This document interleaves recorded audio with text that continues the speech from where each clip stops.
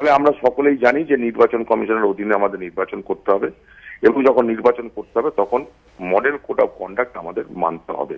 এটা কিন্তু আমরা মুচলেখা দিয়েই কিন্তু নির্বাচনে অংশগ্রহণ করছি।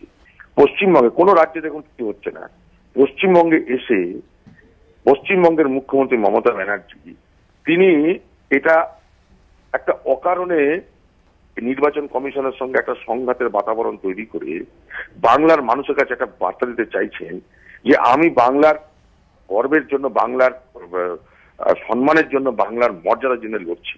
বাংলার মানুষের মধ্যে একটা ভাবাবেগ তৈরি করার চেষ্টা করছে।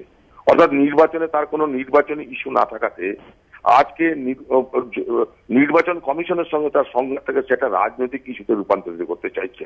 যেসব জেলা থেকে এসপি বা ডিএম ট্রান্সফার হয়েছে সেখানে যাতে কেউ বুকে সাহস নিয়ে নির্বাচনে অংশগ্রহণ করতে না পারে, তার জন্য এটা এক ধরনের থ্রেট। কি থ্রেট? যে তোমরা ভেবো না যে এই এসপি ডিএম গুলো সারা জীবনের জন্য চলে যাচ্ছে, নির্বাচন শেষ হলেই আবার তাদেরকে আমরা নিয়ে আসছি।